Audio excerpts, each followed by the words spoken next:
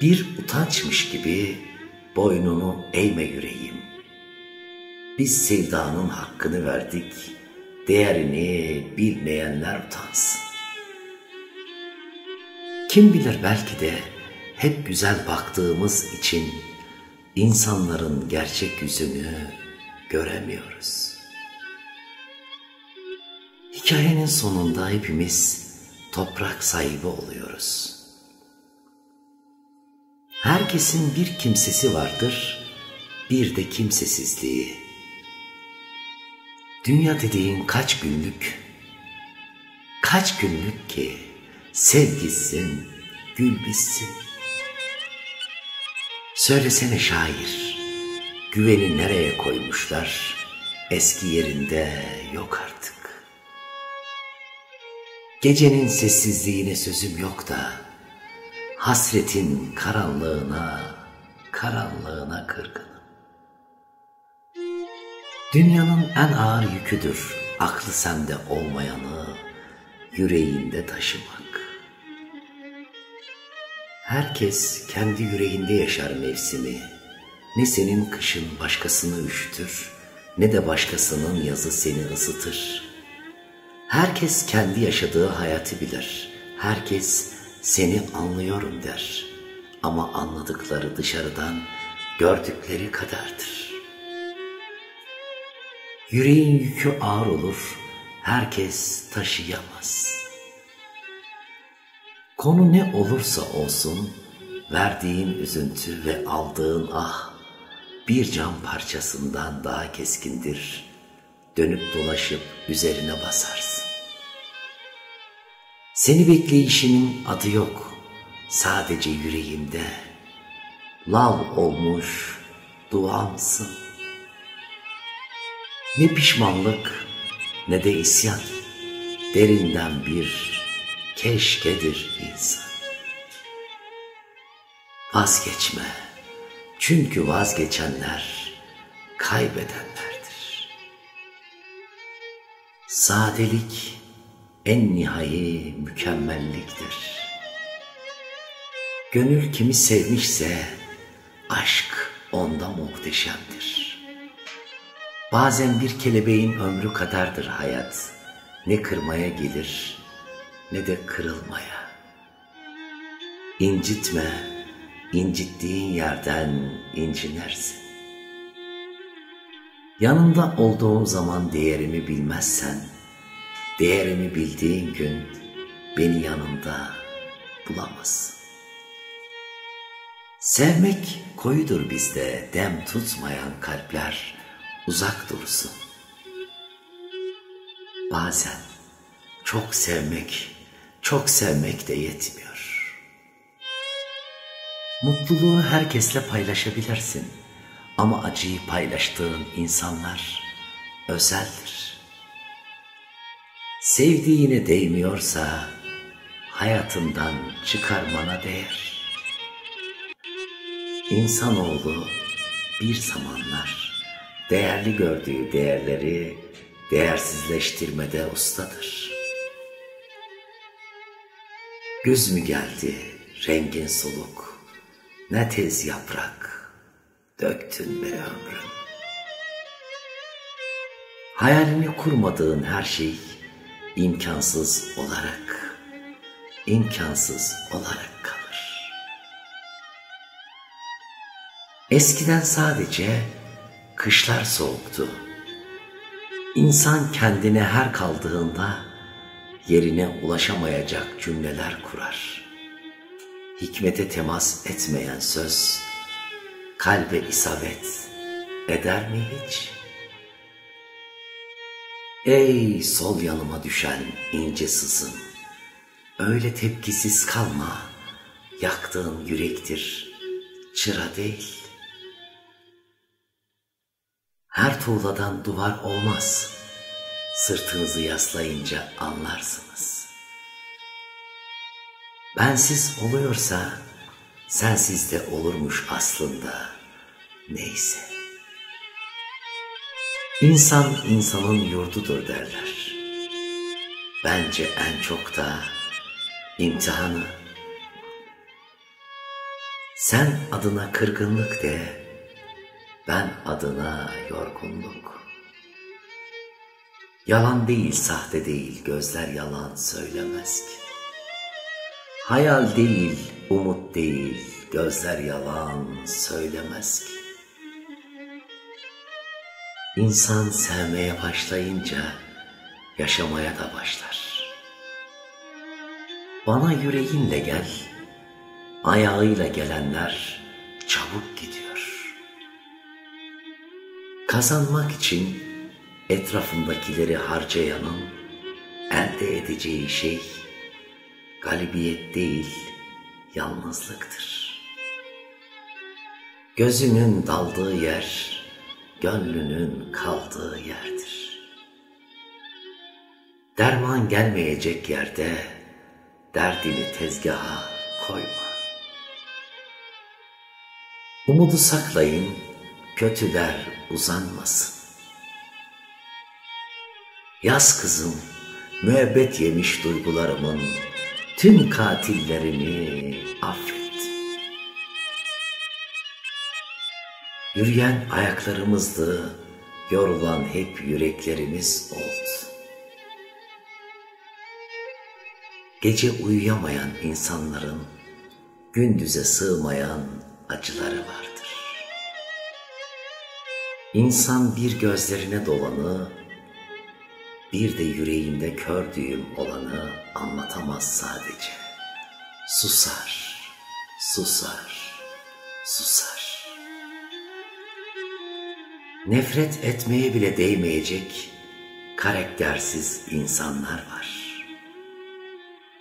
Bazen öyle anlar olur ki içinde bulunduğun durumu kimseye anlatamazsın.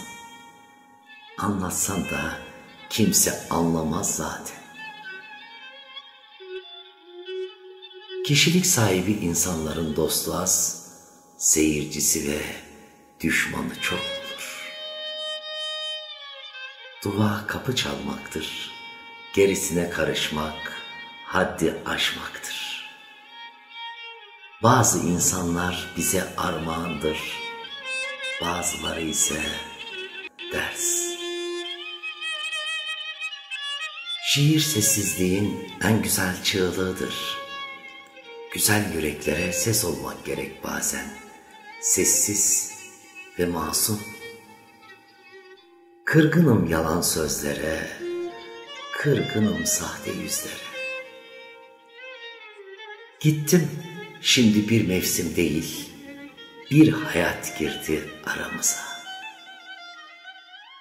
Güzel kadını her adam sever ama kadını güzel sevmeyi her adam beceremez usta. Önemli olan birinin gidip birinin gelmesi değil, birinin gelip hepsini silmesidir. Sonradan bilinen kıymetin ve kaybettikten sonra farkına varılan değerin hiçbir önemi yok gözümde. Doğruların yemin etmeye ihtiyacı yoktur. Benim hiç gönlümü almadılar. Ben hep kendi kendime bir köşede affettim herkesi. Zorsa sev ama sevmiyorsa zorlama. Bazen sadece yorgun oluyor insan. Ne küs, ne yalnız, ne de aşık. İnsanlığın merkezi kalbin değilse, taşıdığın bedenin çöptür, at gitsin. Hayat insanı hem istediği trene bindirir, hem de hiç istemediği bir durakta indirir. Ey dost, derdin ne olursa olsun, umudun her zaman Allah, Allah, Allah olsun. Ömrün kalbin gibi olsun dediklerinde amin diyebilmekti hayat. Öyleyse ömrünüz kalbiniz gibi olsun.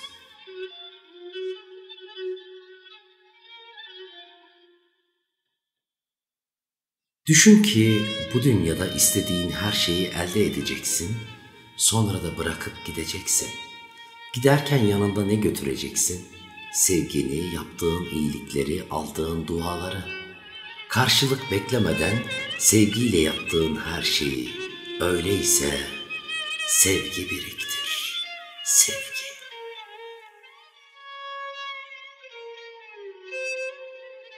Sevdiklerinize yaralar değil, yarınlar bırakın. Ne bileyim, öyle herkesi düşününce, herkes de beni düşünür zannet.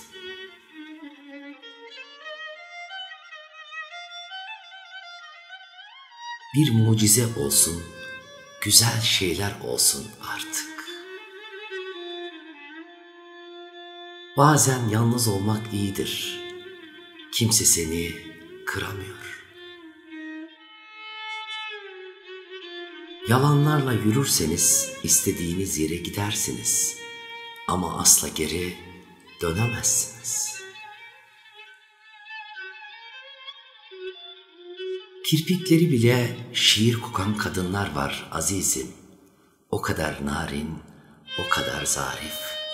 Kelebek misali yani. Şimdi gel de sevme. Kopan gülün dalında durması ne kadar zorsa, kırılan kalbin de onarılması o kadar zordur.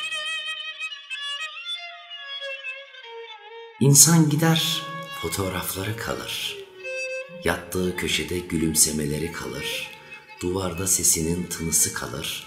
Birlikte diz çökülen sofra öylece kalır. İnsan kalmaz, acısı kalır.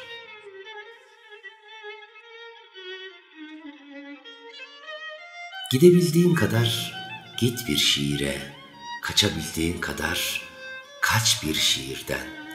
Nasılsa hem tutsaksın hem özgür bir şiirin içine girince. 3 şeyi az yapın, bir şeyi çok. Az yiyin, az konuşun, az uyuyun, çok düşünün. Mevlana Hazretleri. Sabredecekseniz hayata sabredin, hayatınızdakilere değil. İnsan hep imtihan olur. Zira cevher harda, insan darda işlenir. Her insan değerlidir gözümde, ama gönlümde değerli olanlar bir başka.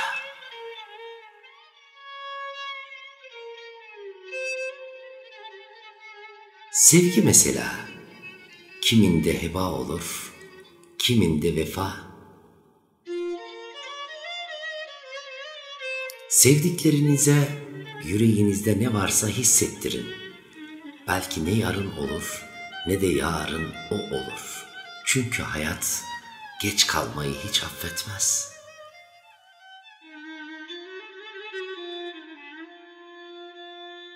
Odayı saran odun kokusu, dışarıda çiseleyen bir yağmur, sıcak bir çay, aklımda çocukluğumdan kalma bir masal.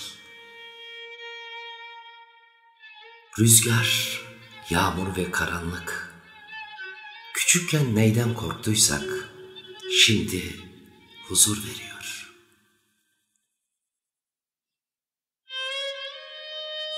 Sen ne garip bir yersin ey dünya. İnsanlar içinde insan arar olduk. Sevmek belki bir şeydir ama sevildiğini bilmek çok şeydir.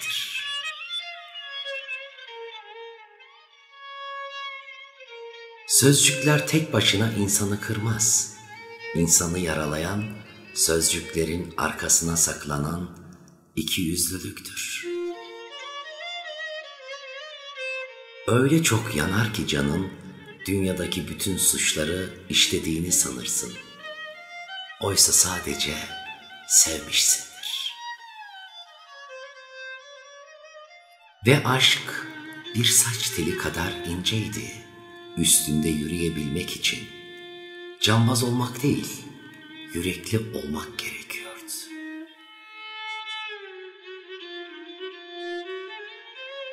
Kimseyi kendini göstermek için çabalama. Seni seven insan gözündeki ışığı bile görür.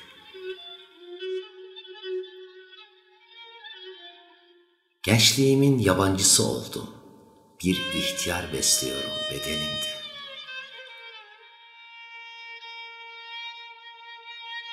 Sol yanımıza iyi gelen insanları hayatımızdan eksik etme Rabbim. Amin, amin, amin. Bazen hayatın suyuna git. O seni nerede bırakacağını iyi bilir. Vazgeçmek hikayenin sonudur, dünyanın değil.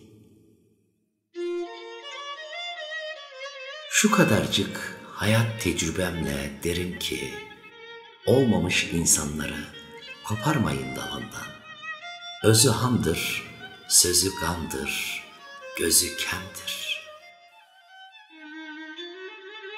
Yarın öleceğimizi bilsek, tüm kırgınlıkları unuturuz. Ama biz sonsuza kadar yaşayacakmış gibi kırıcı ve gururluyuz. Belki bir gün kalbimizi yormayan birine denk geliriz.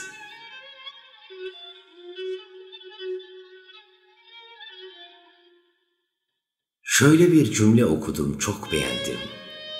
Işığı önünde ara, geçmişte kalan gölgendir.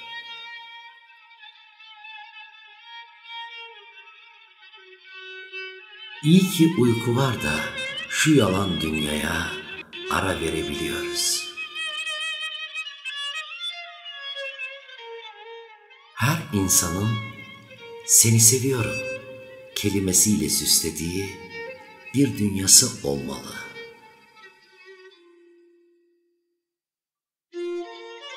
Bendeki yerini sendeki yerin belirler Mevlana Hazretleri. Bir kızın en sevdiği şarkıyı iyi dinleyin. Çünkü orada tüm söylemeye korktuğu şeyler gizlidir. Lamba ne kadar gereksizse anlamayana da söz o kadar gereksizdir vesselam.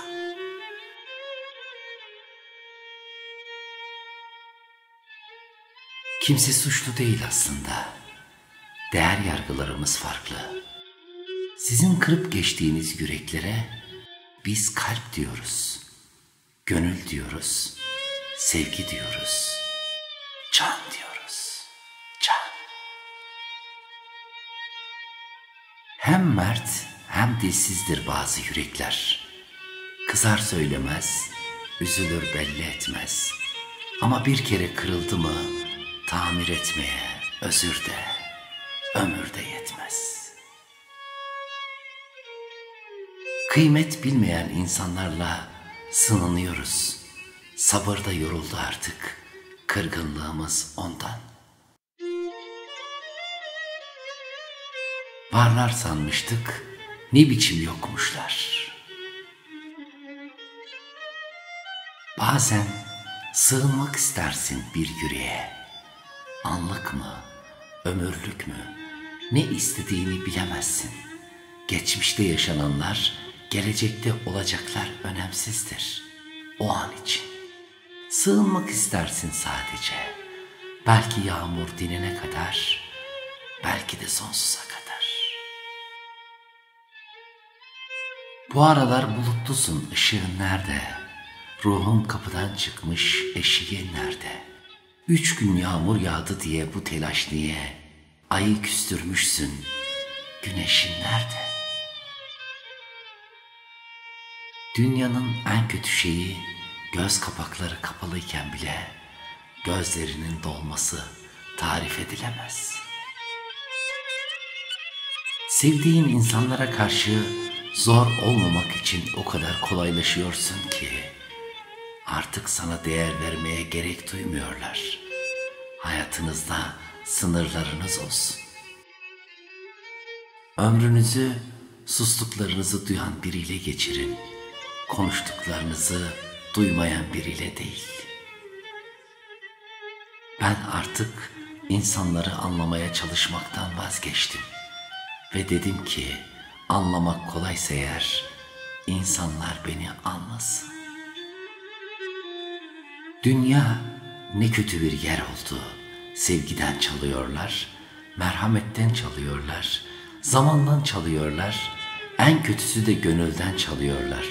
Hiç hesap vermeyecekler gibi. Ne hissediyorsan onu söyle. Yoksa o sessizlikler hayatın boyunca içinde gürültü yapacak. Her insanın artık yeter dediği bir nokta vardır. O noktadan sonra ne hatır kalır ne sabır. Her nereye baksam evvela senin orada olmayışını görüyorum. Başınız sıkıştığında dostlarınızın kapısını çalın. Kapınız açılmasa da gözünüz açılır. Kemiği olmayan kalbi ancak kemiği olmayan dilin kırabildiği bir imtihan dünyası. Şimdi bazı şeyleri suskunlukla geçiştireceğim. Soğuk kalpten sıcak söz hiçbir mevsimde çıkmaz. Çok da takılmıyorum artık bu uyku konusuna. Uyuyunca geçmeyen şeylerin olduğunu anladığımdan bu yana. İnsan kırıldığı zaman içinde bir kapı daha kapatıyor. Ondan sonra dışarı çıkmak daha da güç. Öyle zaman geliyor ki içine atıyorsun da içinden atamıyorsun. Bir gün herkes kaybettiği şeylerin değerini mutlaka anlayacak. Bir günün, bir gönlün, bir ömrün. Elinden geldiği kadar bir gönlü perişan etmemeye çalış. Çünkü bir ah cihanı alt üst eder. Vücudun dayandığı yerde ruhun pes etmesi ne üzücü. Şu her şeyin ilacı olan zaman söz konusu özlemek olunca hiç işe yaramıyor. İnsanların akıl ve kalpleriyle oynamayın. Biri unutmaz, diğeri de affetmez.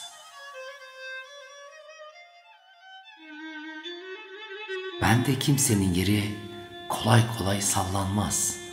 O yerden düştüyseniz eğer, bunun için çok uğraşmış olmalısınız. Vedaya gerek yok. Gönül bilir kendinden gideni. Bizim de yükümüz ağırdı ama kimseye gel taşı demedik. İçten kırılmak ince bir sestir. Onu ancak Allah duyar. Kör birine lamba ne kadar gereksizse anlamayana da söz o kadar gereksizdir. Sabırdan sonra söylenen söz ağır olur. Söyletmeyin.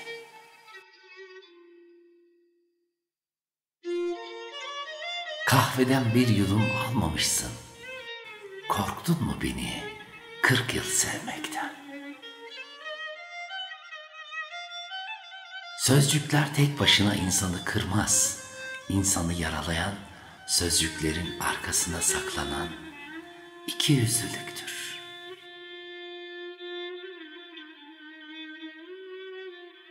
Samimiyet mesafelere bağlı olsaydı, güneşe en yakın zirveler buz tutmazdı.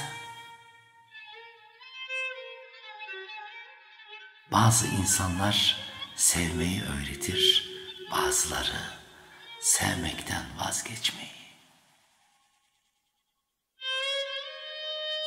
İnsan bilmediği bir acıyı teselli edemez. Derin bir hüzün var dünya ile aramda, içimde bir özlem.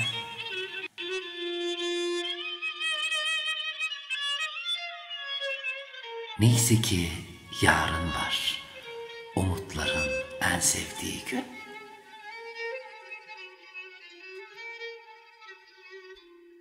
İnsanı eksilten kaybedişleri değil, zannedişleridir. En zor ibadet gönül kazanmaktır demiş Hazreti Ömer radıyallahu anh. Sizin için çırpınan birinin kanatlarını kırmayın. Ya Rabbi, sen bizi iyilerle karşılaştır. Zira biz her gördüğümüzü iyi sanıyoruz. Sen sabret, üzülme can. Senin hakkını yiyenlerin hakkın tokadını yiyecekleri günler de gelecek. Sen sabret. Bana hak etmediğim şeyleri yaşatan herkese Allah hak ettiklerini yaşatsın. İyi niyetinizi kullanan insanlara arada kötü taraflarınızı da gösterin ki sizi salak kendini zeki sanmasın. Ne yaparsan yap kimseyi memnun edemezsin. Ömrünü versen ahiretini isteyecek. Yüreğin yorgunsa Allah'ın ikramı yakındır. Üzülme. Her söylediğin sözün bir devamı varsa söyleyeceğin son söz adamlık olmalı. Adamlık.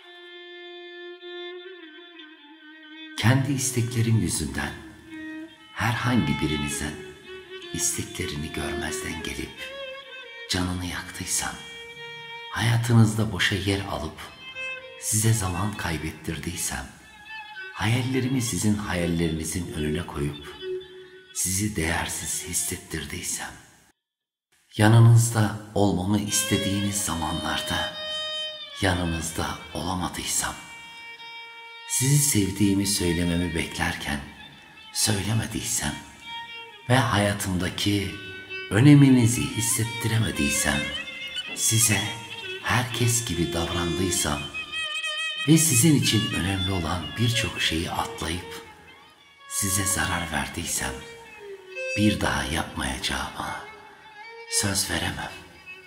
Ama sonsuz özür dilerim.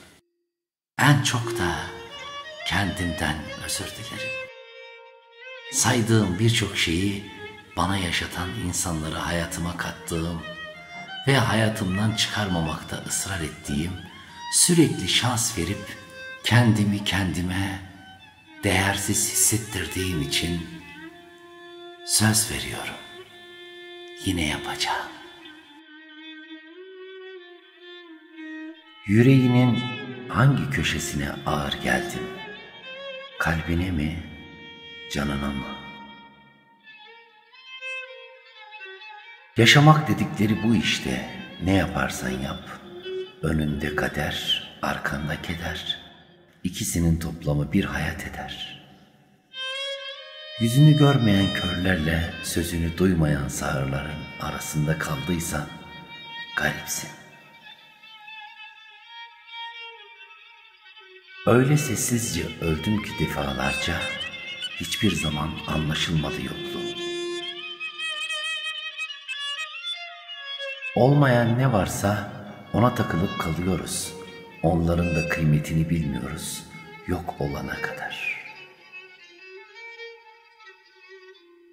Gözünle bakarsan bana beni görürsün. Gönlünle bakarsan seni görürsün. İnsanlar sahip olduklarının değerini bir türlü bilmezler. Güllere koşarken ayaklarının altında ezilen papatyalardan habersizler. Vicdan diyorum. Herkeste olsaydı belki de çocuklar daha çok gülerdi bu dünyada.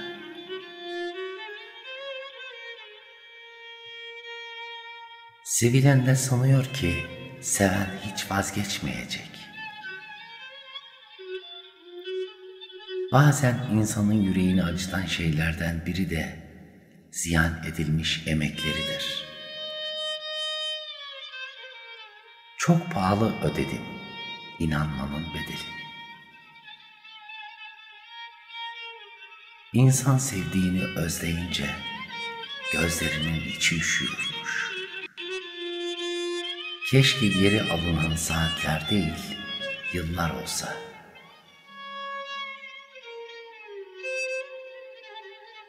Ne çok öldük birazcık yaşamak için.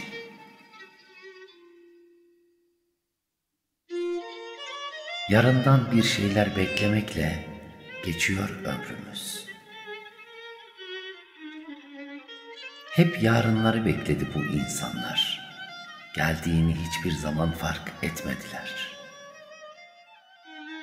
Dal rüzgarı affetse bile dal kırılmıştır bir kere.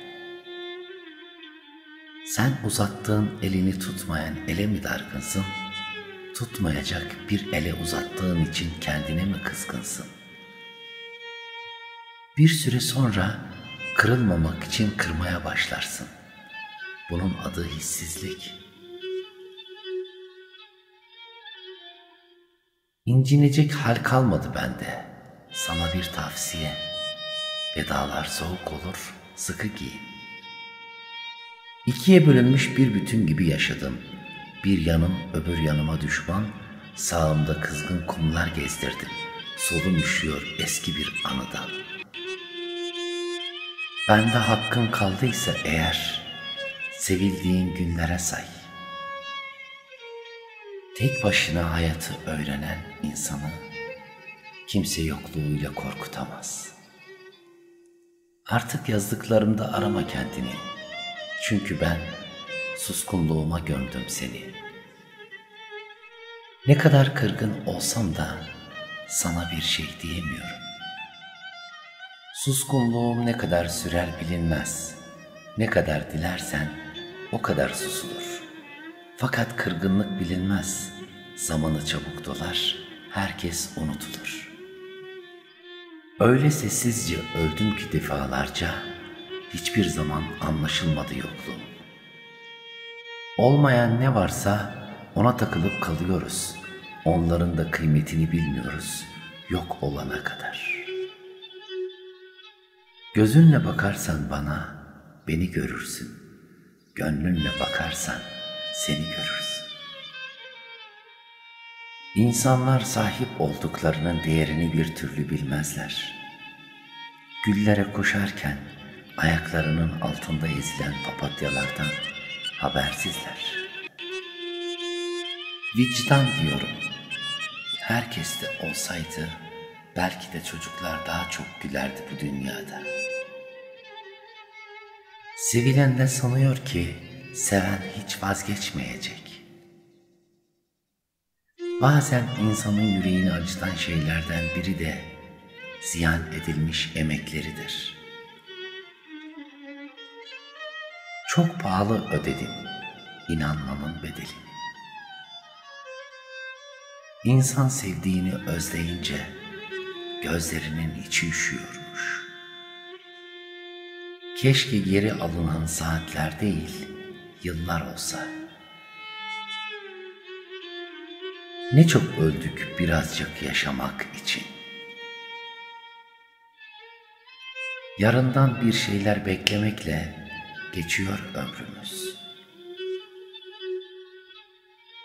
Hep yarınları bekledi bu insanlar. Geldiğini hiçbir zaman fark etmediler. Dal rüzgarı affetse bile dal kırılmıştır bir kere. Sen uzattığın elini tutmayan ele mi dargınsın? Tutmayacak bir ele uzattığın için kendine mi kızgınsın? Bir süre sonra kırılmamak için kırmaya başlarsın. Bunun adı hissizlik. İncinecek hal kalmadı bende. Sana bir tavsiye. Vedalar soğuk olur, sıkı giyin. İkiye bölünmüş bir bütün gibi yaşadım. Bir yanım öbür yanıma düşman, sağımda kızgın kumlar gezdirdim. Solum üşüyor eski bir anıdan. Bende hakkın kaldıysa eğer, sevildiğin günlere say. Tek başına hayatı öğrenen insanı kimse yokluğuyla korkutamaz. Artık yazdıklarımda arama kendini. Çünkü ben suskunluğuma gömdüm seni. Ne kadar kırgın olsam da sana bir şey diyemiyorum. Suskunluğum ne kadar sürer bilinmez. Ne kadar dilersen o kadar susulur. Fakat kırgınlık bilinmez. Zamanı çabuk dolar, herkes unutulur. Tehlikeli sayılmam bundan sonra. Çünkü kalbimi bir kitabın arasında gül gibi kuruttum. Benim rüyam geçti gitti, sana iyi rüyalar vefasız. Ömrümden çaldığınız zamana üzülüyorum. Zaman hataları mutlaka telafi eder günün birinde. Fakat sen o zaman telafisi mümkün olmayan bir hata kalacaksın bende. Kırık kalplerin hikayesi kısa olur. Ne oldu derler, hiç dersin biter. Tek başına hayatı öğrenen insanı kimse yokluğuyla korkutamaz. Kimseden bir şey bekleme, böylece asla hayal kırıklığı yaşamazsın. Kalbini kırıyorlar diye üzülme, belki de hak etmediği yerden çıkmaya çalışıyordur. Ne olursa olsun kırgın kalmayalım, kırgınlık olmasın aramızda. Kırgınlıklar yıpratır, öldürür insanı. Artık yazdıklarımda arama kendini. Çünkü ben suskunluğuma gömdüm seni. Sana seni anlatamam, isyan edersin. Aşkı tekrar istemem, ziyan edersin. Bu aralar sorsalar, aslında farklı şeyler yapıyorum. Ne mi yapıyorum? Alçalan insanların yükselen değerlerinden uzak duruyorum. Kelimelerimle ruhumda açtığın yarayı aynı ağızdan çıkan sözlerinle nasıl iyileştireceksin? Hiç düşündün mü? Seni o kadar çok seviyorum ki kırgınlık olsa da aramızda bu can sana kırılmaya kıyamıyor işte ey vefasız. Her şeyin kadar değil, değeri kadar seveceksin. Çünkü beklentin ne kadar çok olursa o kadar kırılıp inciniyorsun. Kırılan yürekler düzelir elbet. Yüreği kıran kelimeler akıldan gitmez. Bu da maalesef ki çok acı bir gerçek. Kırgınlıklarım var benim, anlatmaya kelimelerin bile yetmeyeceği ve ben hepsine neyse deyip susuyorum. Kalbim ağrıyor, canım yanıyor, gönlüm kırık. Sen nasılsın bilmiyorum ama ben iyi bakamadım kendime. Yaşarken kıymetim bilinmemişse, dost olup kalbime girmemişse, severek yüzüme gülünmemişse, neyleyim ölünce gözyaşını. Kırgınız bazen hepimiz, kim olduğunu, neden olduğunu bilmeden. Belki hayata, belki kendimize, belki de kıymet bilmeyen, vefasız olan herkese. Bilirsin kimsenin hakkı kalmaz kimsede, ne bir milim ileri, ne bir milim geri. Tam beni kırdığın yerden, hiç şüphen olmasın, bir gün mutlaka kıracaklar seni. Bu yüreğe bu kadar acı fazla dersin bazen kendine. Ama hata bizde, küçük bir yürekle kocaman sevmek ne haddimize. Buruk kalbim düzelmez bu sözlerinle asla. Sana ben inandım, sevdim ama sen harcadın beni. Sevgi yolundan dönme bana bir daha. Garip değil mi? Ulaşamayacağımız kadar yüksekte sandığımız kişiler aslında eylemeyeceğimiz kadar alçaktadır. Ama biz ısrarla onları hep yüksekte tutmak isteriz. Çünkü alçalmaları bizim yüreğimizde yeni bir yara açar. Kalp kırmak o kadar kolay ki bir hata yaparsın hemen kırılır. Peki ya kırılan kalbi düzeltmek kırmak kadar kolay mıdır? Maalesef. Kırmayın, üzmeyin, incitmeyin. Ne rüzgarıma tül, ne fırtınama talanlasın, ne tahtıma kul, ne bahtıma yalanlasın. Bana bir ben, bir de beni anlayanlasın. Doğruları söylediğimde kırılacaksan bana, durma kırıl, tuz buz ol karşımda. Ama bu sözlerimi unutma, aşk emek ister, sevgi ister, yürek ister. Gerçekleştirmeye yüreğin yetmiyorsa, lütfen hayal kurma benimle.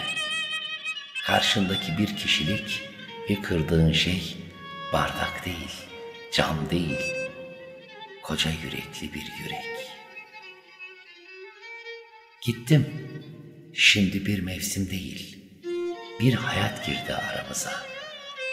Ne sen dönebilirsin artık geriye, ne de ben kapıyı açabilirim sana. Oysa kaç kez yalvardım sana gitme dedim. Ama sen dinlemedin. Çünkü sen beni, benim seni sevdiğim kadar sevmedin. Küskünlüğüm hayata değil aslında. İçimdeki ahde vefayı bilmeyen insanlara.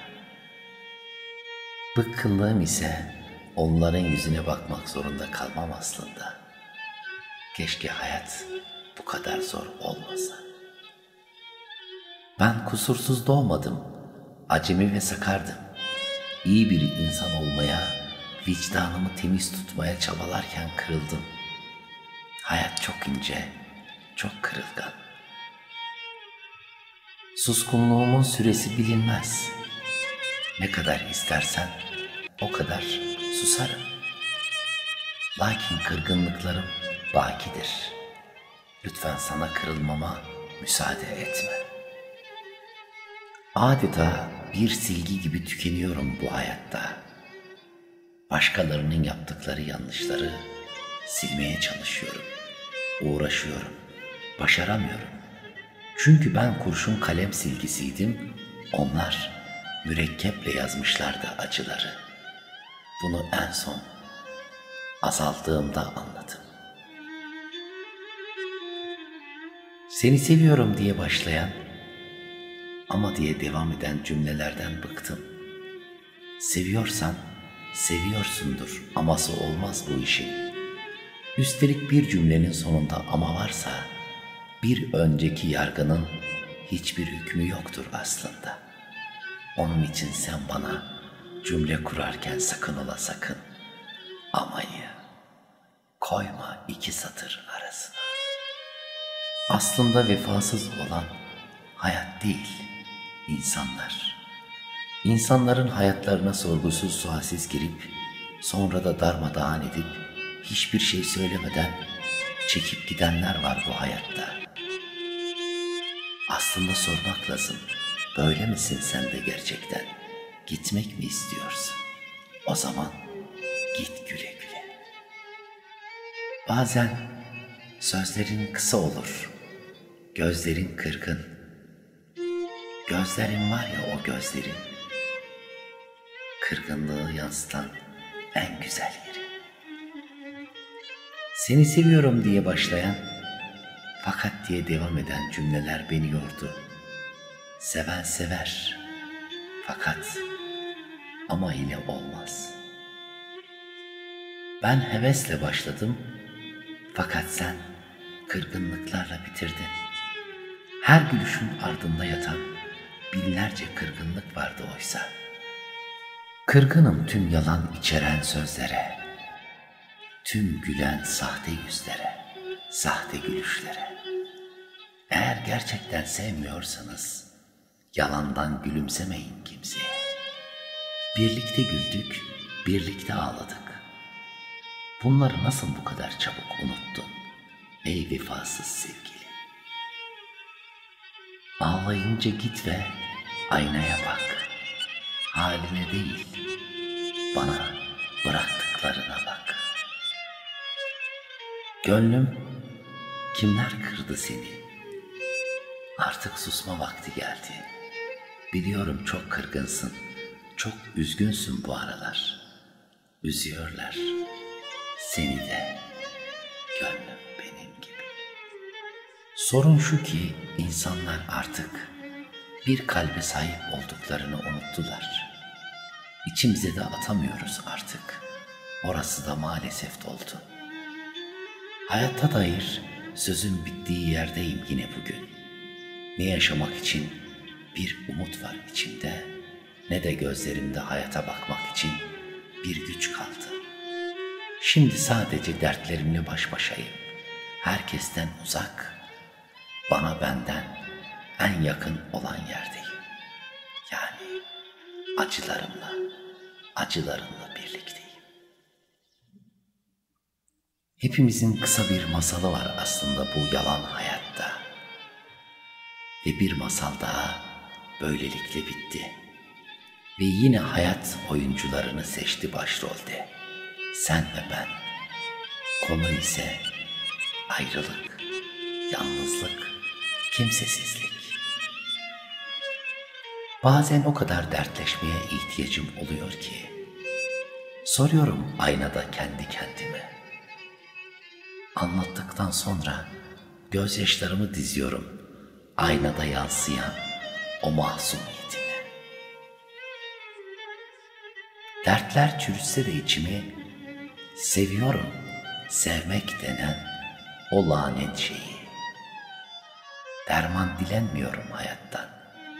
Dertleri biliyorum ve ben dertlerimle mutlu olmaya çalışıyorum aslında. Çünkü böylesi daha kolay geliyor insana. Hayal kur ama ne hayal kurmak istersen o hayali kur.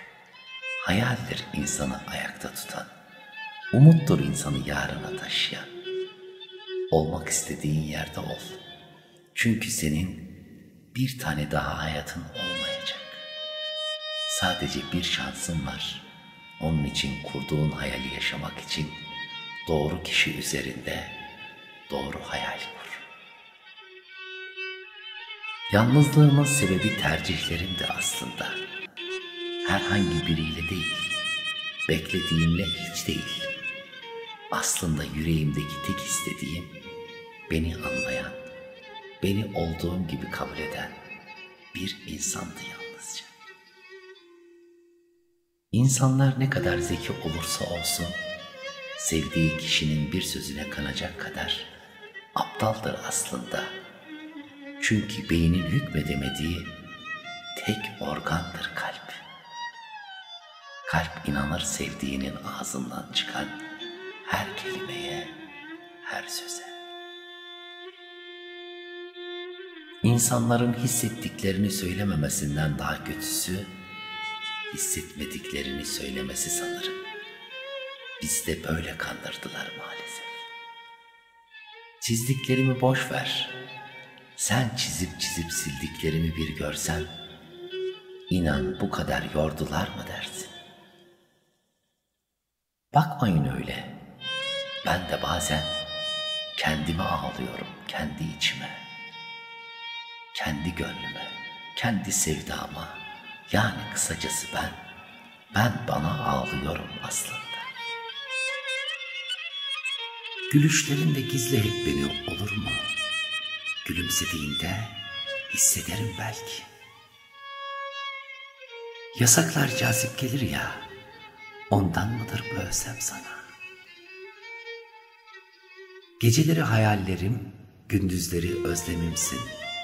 Gönül karanlığımda ışığım, sen benim hayatım, sen benim canımsın. Ben çürümüş bir hastayım, gönül gözündendir sana olan isyanım. Yüzlerce göz varken üzerimde, belki de ısrarla kaçırmaya çalıştığın bu gözleri seçemediğine isyanım.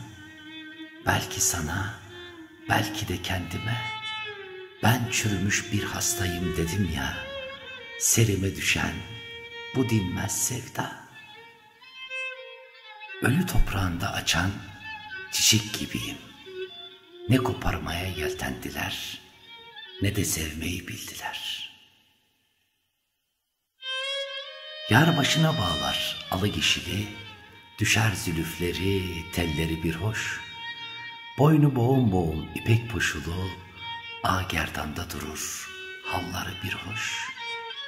Bir garip sevdaya düştü bu beden, derdimin dermanı bulunmaz neden. Her günü her anı perişan eden, zehirlere batmış dilleri bir hoş. Hançeriyim gönlüm yastadır yasta, sakınır derdimi söylemem dosta. Bu gönül gurbette kalmıştır hasta, yaradan yaratmış kulları bir hoş. Sıkılıyor bedenim, nefes alamıyorum. Neden uzaksın bana bu kadar? Dokunabileceğim kadar yakınken, şimdi ağlıyorum, gözyaşlarındasın. Dert benim kaderim, esareti olmayan bir garip adam. Şimdi sessiz feryadını duyurmaya çalışan bir kuş cıvıltısı, aldıklarını sayamadı yıllar boyunca. İtilmek benim kaderim, itilmek benim çilem. Paslı bir hançer saplandığı yerdeki acımda kalmadı. Ayrılık şarkısı var şimdi sevdiğim, yalın bir geceden arda kalan. Sessiz sevdanın aldırışı olmadan. Şimdi gitmelerde kaldı aklım, oysa ki hep kalmaktı dileğim. Ben hep yalnızlıkta kalan, mücadele veren bir cefakar. Aldırış etme bendekilere, ben hep böyleydim, böyle de öleceğim. Kaygısız olamam, duyarsızlık da bende değil. Susarak anlat bu gece yüreğindekileri, kancık pusulara düşürme sevdanı. Bir gün bensiz bir yerde ağlayacak olursan, akıttığın gözyaşlarının hesabını sorma sakın. Her geçen gün adaletsizce çalıyorlar umutlarımızı. Demedim mi ela gözlüm ben sana? Aklım fikrime dargın, yüreğim paramparça. Tut ki sen diyemedin bu haykırışı, sözde yüreğinde sevda olmaya geldim. İçimi acıttın bu sabah, acıyan aslında sessiz sevdanın yakan ateşi. Hani hep mutlu olacaktık, ne oldu? Neden bu kadar erken pes ettin? Sevda ağırdır, taşıyabilir misin dedim kaç kez. Umursamadın çünkü sen benden önce sevmedin. Sadece sevdiğini zannettin. Şimdi yüreğini korku mu sardı? Ben bu korkuyu her gün yaşıyorum. Her yeni gün acabalar var hep hayatımda. Sevgi emek, sevgi mücadele ister. Bu kadar erken mi yordum seni? Hiç kaygımız olmasın istedim sevdamızda. Ama başaramadım. Ne dün, ne bugün, ne de yarın. Senden ayrılmayı hiç düşünmedim. Sevdalı yüreğimdeki adını koydum hep. Ben seni çok, çok seviyorum. O siyah gözlerinin karasında kayboluşumdur. Kirpiklerin yüreğime işleyen mızrak. Bir sevda ki delicesine işledi ta iliklerime. İşte o an bir yudum su istercesine seslendim. Sensiz geçen günün ertesinde. Bedenim sensizlikten ısrarla kandı gülümsemeye. Acı bir hasrettir. Sorma sakın, o akşam mı karanlıktı, yoksa bedenime işleyen o gözler mi? Utandım sevdiceğim, evet utandım. Bazen kendimden, bazen de seni sevdiğimden utandım. Bazen keşkeleri yükledim omuzlarıma, bazen kaderin bana yaptıklarına. Dedim ya sevdiceğim, utandım. Her gece karanlıklardan hesap sormaktan, sensiz yıldızları saymaktan, aya sensiz gülümsemekten utandım. Gök yeşil oldu gönlüme, toprak kızıl. Yani anlayacağın sevdiceğim, yaşamaktan utandım. Hep hayalimiz vardı ve arkasına sıraladığımız yarınlarımız. Sensiz artık ben gülmekten de utandım. Şimdi hesap sorma zamanı dediysem de ben bu yüreğe hesap sormaktan da utandım. Gül yerine dikenleri sunmaktan, can yerine Azrail'i sarmaktan, yar yerine başka yar sarmaktan da utandım. Gül sevdiceğim, gül de yüreğim sararsın, korkuların yerini sevdalar sarsın. Ne olursun beni sevmediğini söyleme. Ben aslında seni bu kadar az sevdiğimden de utandım. Sevdiğimden de utandım. Biliyorsun bu acı gerçeği, gül kurudu mu fayda etmez su köküne.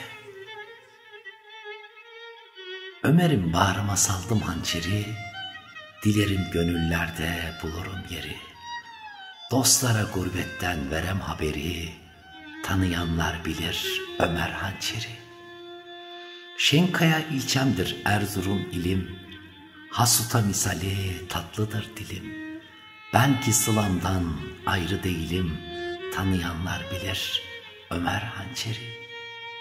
Hançeri dedim ben kendi adıma, düşmesin sevgiler aşklar yadıma. Bakmayın dostlarım ağladığıma, tanıyanlar bilir Ömer hançeri. Gölgene güç yetiremedim ey deli sevda. Kaldırım taşları üşüttü sol yanım. Sen benim umutlarım, kalbimin atışlarısın. Damarlarımda can suyum, sen yaşam kaynağım, sen benim canımsın.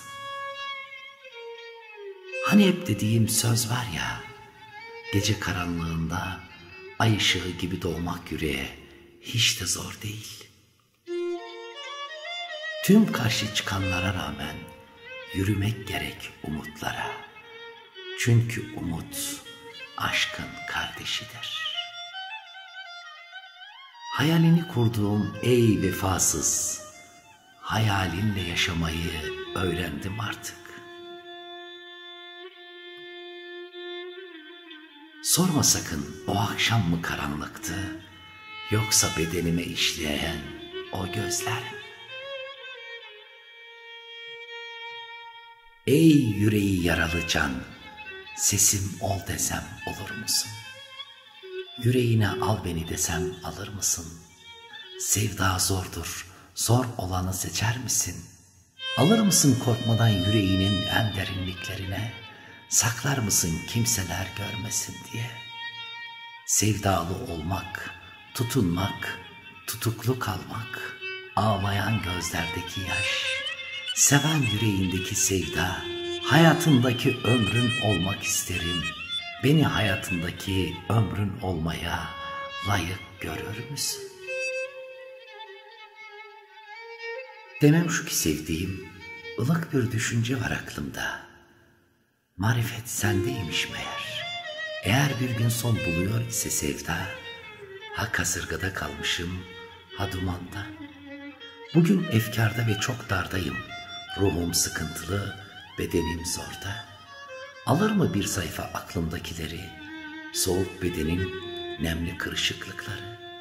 Aldır mı her çizginin bir acısı, işte geldik gidiyoruz hesapsız bir boş düzenden.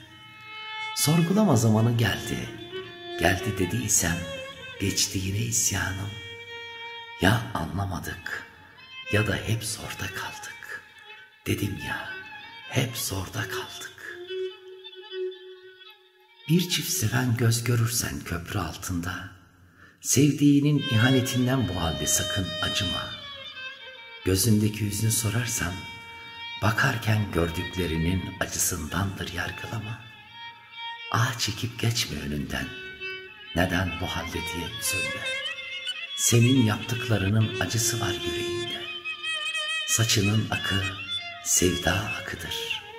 Kırışıklıklar senden arda kalanlar. Yaşlı olduğuna aldanma. O gönül yaşını kapadı 38'inde. Hüznünü anıp çin acırsa o yine aynı yerde. Acısı yüreğinde seven bir çift göz beklemekte. Gökyüzünde sessiz uçan turnalar, bir selam eyleyin nazlı yarime. Ciğerimi gamla keder bürüdü, yar nefesi derman olsun gönlüme. Bugün gene efkardayım dardayım, sevda sürgününde garip haldayım. Sanma ki yar senden ayrı yoldayım, yar nefesi derman olsun gönlüme. Gene gönül kapısını kapattı, sevda sürüsünü yozlara kattı. Sanmasın ki beni yürekten attı, yar nefesi derman olsun gönlüme. Hançeriyem aklım gene avare, yüreğimin başı onulmaz yare. Arzu halim bildir gül yüzlü yare, yar nefesi derman olsun gönlüme. Şimdi gidiyorum, hangi diyar kabul eder bu yorgun bedeni, yangınlardayım. Kıraç toprakların dertli şairi, türkülü yolların sevda hasreti, gitmek gerekir bazen sormadan, ardına bakmadan terk edercesine. Benim kaderim sende gizliymiş, bilinmezliğin içerisinde bir garip susuş. Sakın ağlama, feryat etme. Kim bilir belki alırsın bir gün beni yine yüreğine. Sessizlik acısa da yüreğimi, tutunmak istercesine sessizliğe. Olamıyorum sensiz, olamıyorum. Sana şiir yazmak bana göre değil. Her satırda yalnız sen varsın. Bir hançere benzetiyorum bazen sevdamı. Saplandığı acıyı unuttum da pası her gün eritiyor beni. Yalın bir kumsala yaz. Yaz aklındakileri, beyninin seni tarif ettiğiyle yaz. Yazık ettik yalın fikirlerimize. Uzak kaçtık hazandan. Çözümü yaz. Yaz ki bahar gelsin. Yüreğim yazdıklarınla yeşersin. Aklım avare, sızısından kime ne? Bitti mi diyeceksin? Git o vakit, git. Hayata tutunmak için hep yeni kararlar alırız. Kimi zaman da pişmanlığımızı geçmişin karanlığına hapsederiz. Son nefesi. Bu sızının bir sebebi olmalı. Ya almalı beni, dipsiz deryalara salmalı, ya da sol yanımdaki sızımla bırakmalı. Hep bırakmak isteriz pişmanlıklarımızı geride. Yeniden bir yol çizmek istercesine ve yeni bir umut. Gülerken kalabalık, ağlarken yalnızdır insan. Aklımdasın diyen balıklar, ömründesin diyen kelebekler gördüm. Eğer derman olmayacaksan, kimsenin derdini meşgul etme. Sen çare arıyorken, o bahane arıyorsa bırak gitsin. Ve zaman herkesin iç yüzünü gösteren en güzel aynadır.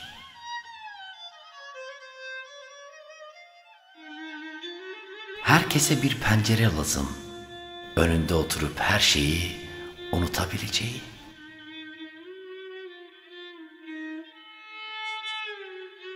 Düştükçe kalkmayı öğrendim, kalktıkça kimsem olmadığını.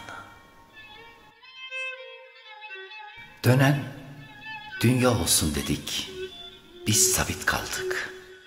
Şartlar ne olursa olsun dostumuzu satmadık. Ve biz taşı hep uzaklardan bekledik. Yakından gelecek hançeri hiç hesaba katmadık. Söylesene azizim, içi içine sığmayınca nereye gidiyordu insan?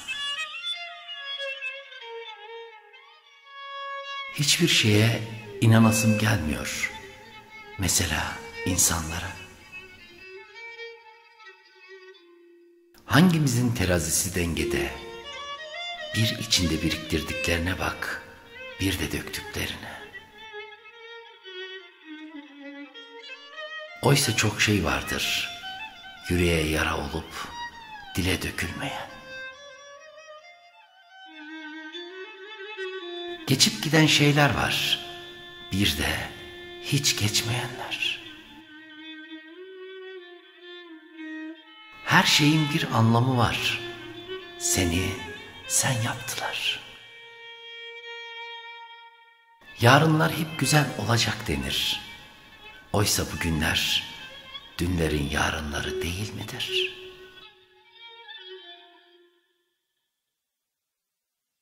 Ateşin gölgesi yoktur. O yüzden insanın içindeki yankını dışarıdaki göremez. Kişiden kişiye değişmiyor. Çünkü kötü olan biri benim iyi yüzümü görmeyi hak etmiyor.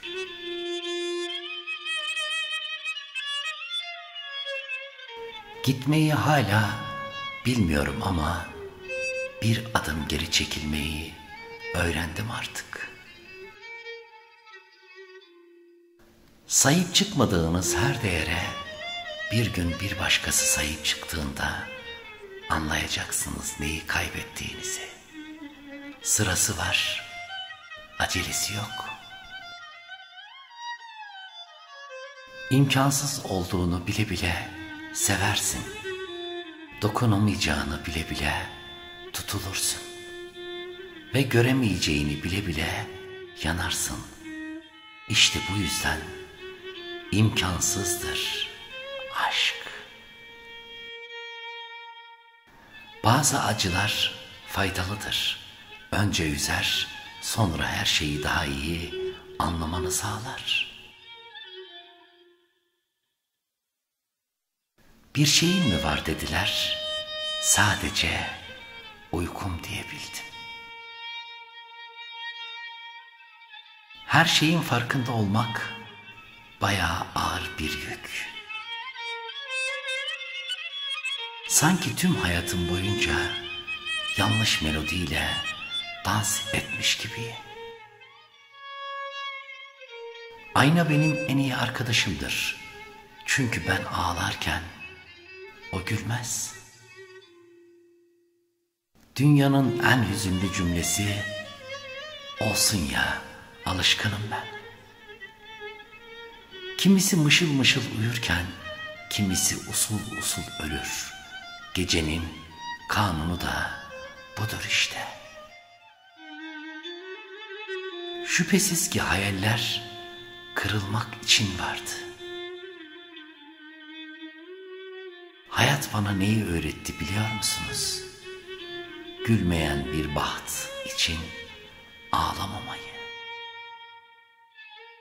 Bazı insanlar yarım kalır ve tamamlanması için uğruna bir ömür harcanır.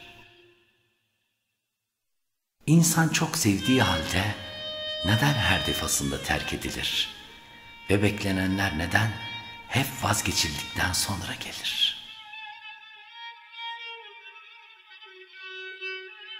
Her ağlayan güçsüz değildir. Tıpkı her gülenin mutlu olmadığı gibi. Bir kelebek ağrısıydı, vakit dardı, mevsim hicazdı. Yetişmem gereken bir ölüm, kaçmam gereken bir hayat vardı. Dalıp gidiyorsan uzaklara, uğurladıkların vardır. Ama gözden, ama gönülden.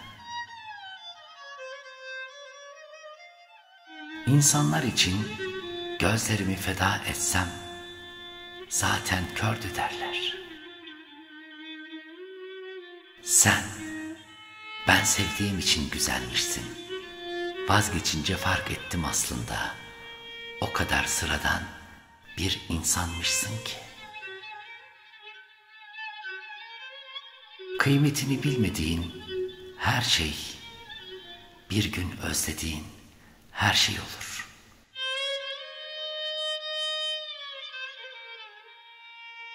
Tarifini sorsalar, her baktığımda ilk defa görüyormuşum gibi, az kalsın ölüyormuşum gibi. Bazen hayırlı olan bir vazgeçiştir.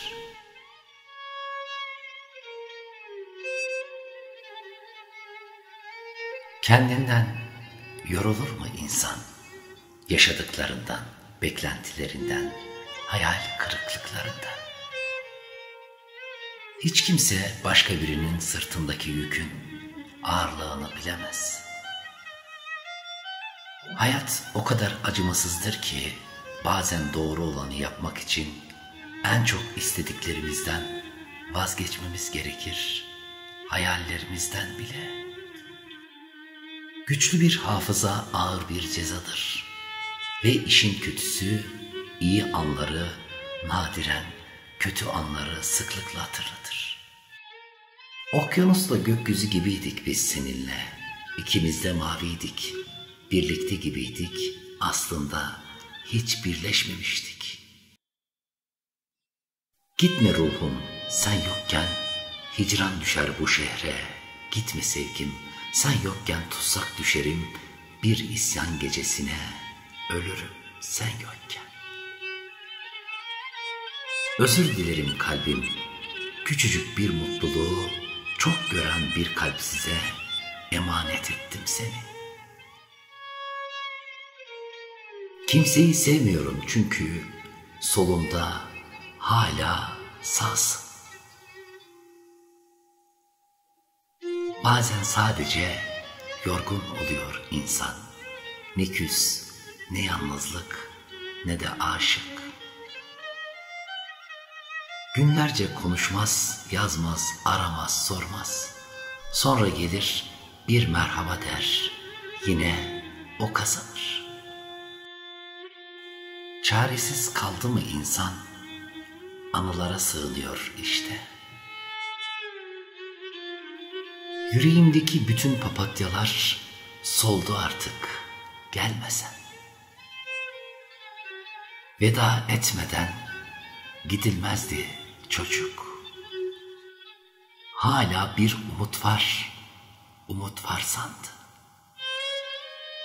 Ne zaman imkansızı seversen, işte o zaman gerçek seversin. Olur da görüşemezsek, ölür de söyleyemezsek, ben seni çok sevdim, beni unut, bunu unutma. Sonra çekildim bir kenara, seyrettim bütün olup biteni.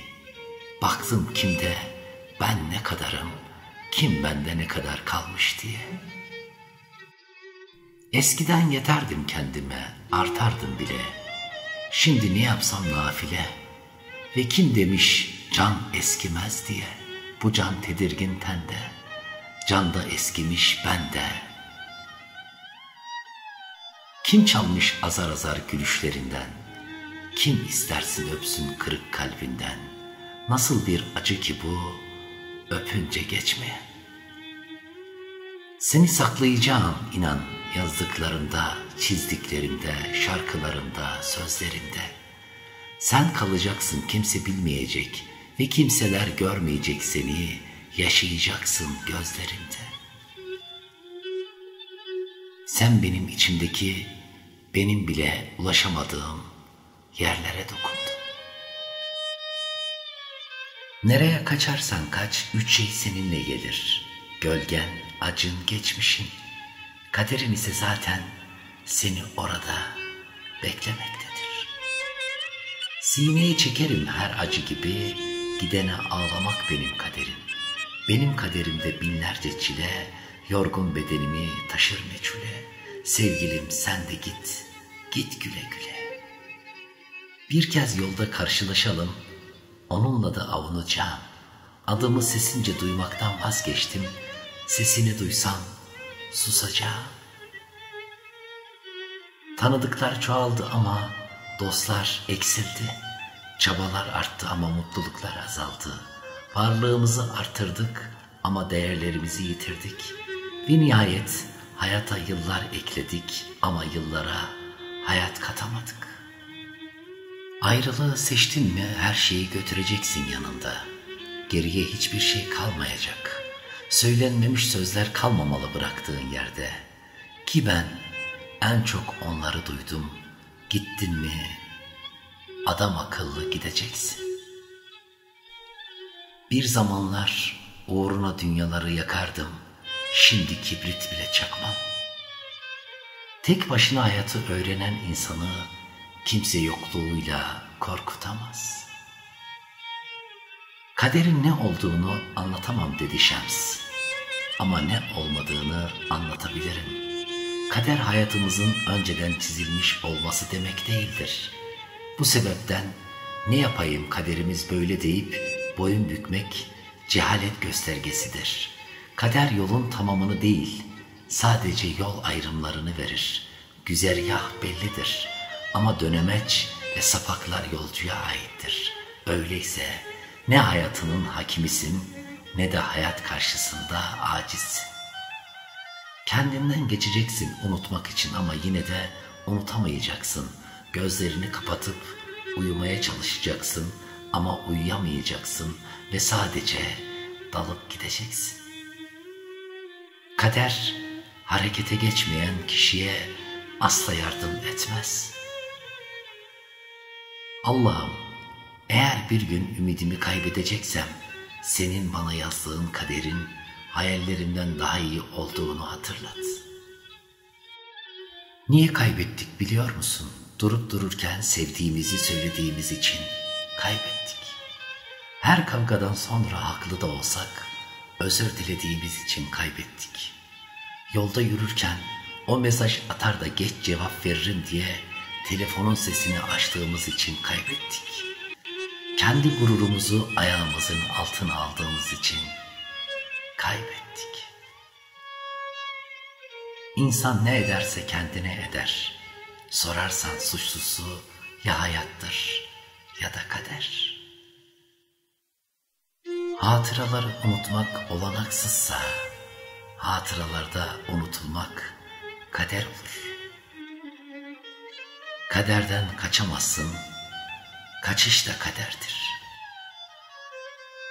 Kimi çok sevdiysek ya sevdiği biri vardı ya da unutamadığı biri.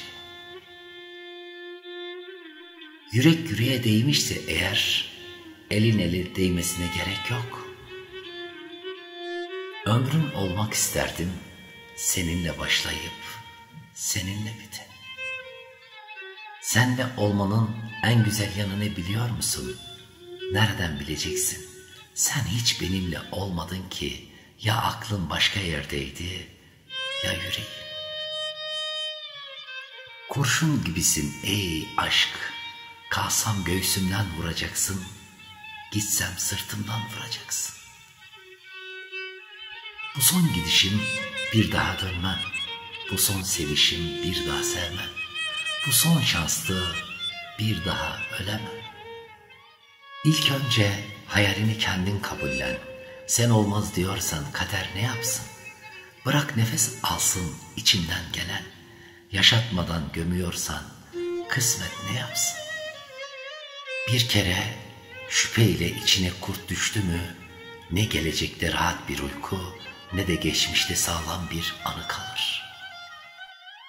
Leyla'nın kuşağındaki hançeri gördüm. Sen beni hangi aşkla kandıracaksın? Mecnun'un dilindeki zehiri gördüm. Sen beni hangi sözle bağlayacaksın? Şu köşeye bir avuç sevgi bıraktım. İster tutarsın, ister atarsın. Al diye yalvarmam, o eskidendi. Kapatmadım, anahtarı kapıya taktım. İster girersin, ister çıkarsın. Kal diye yalvarmam, o eskidendi. Söyle bakalım, benle düşman olacaksın da eline ne geçecek? 3 senden gidecek, 3 benden gidecek. Sen ben kaybederken el sevinecek. Senin kanadını kıranların da kırılacağı bir gün var. Sabret. Acısı büyük olanın gözü değil kalbi ağlar.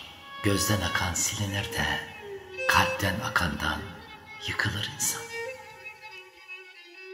Helal etmiyorum hak etmediğim halde kalbimi kırana hakkımı. Beni kendine alıştırıp yarı yolda bırakana hakkımı helal etmiyorum. Ya al götür kalanımı ya da gel tamamla eksik kalan yanıma. Herkes kaybeden o diyor. Kaybeden oysa neden acı çeken benim? Zor değil mi en sevdiğin insanlar tarafından kırılıp kırıldım diyememek? Ben seni ardından şiirler yazdır diye sevmedim. Olmuyorsa zorlamayın. Bazıları unutulmayı sevilmekten daha çok hak eder. Ne kadar yaşanmış acı hikayem varsa altında sevdiklerimin imzası var. Artık böyle oldum ben.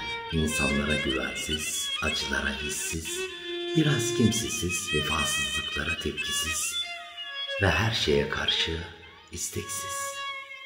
Yalanlar değil de sonradan öğrendiği doğrular asıl kırıyor insanı. Bazen öyle yanar ki canın, dumanı gözüne kaçar. Kırgınım sana çünkü sen bütün yalnızlıklarımın sebebisin. Çünkü ben senin olmadığın her yerde kimsesizim. İnsan diyorum öyle durduk yerde soğumuyor hayattan ve insanlardan. Susuyor ve sustukça biriktiriyor ve sonra ya içindekileri haykırıyor ya da sessizce uzaklaşıyor her şeyden ve herkesten. Kimsenin kimseye güzel sözü kalmamış, herkes ağzına kadar siyaset dolu. O kadar ortak sevdamız, acımız varken neden herkes bu kadar kin nefret dolu? Hani yaradılanı hoş görüyorduk, yaradandan ötürü. Verdiğin değerin karşılığını görmüyorsan, gördüğün değeri ver ki herkes yerini bilsin.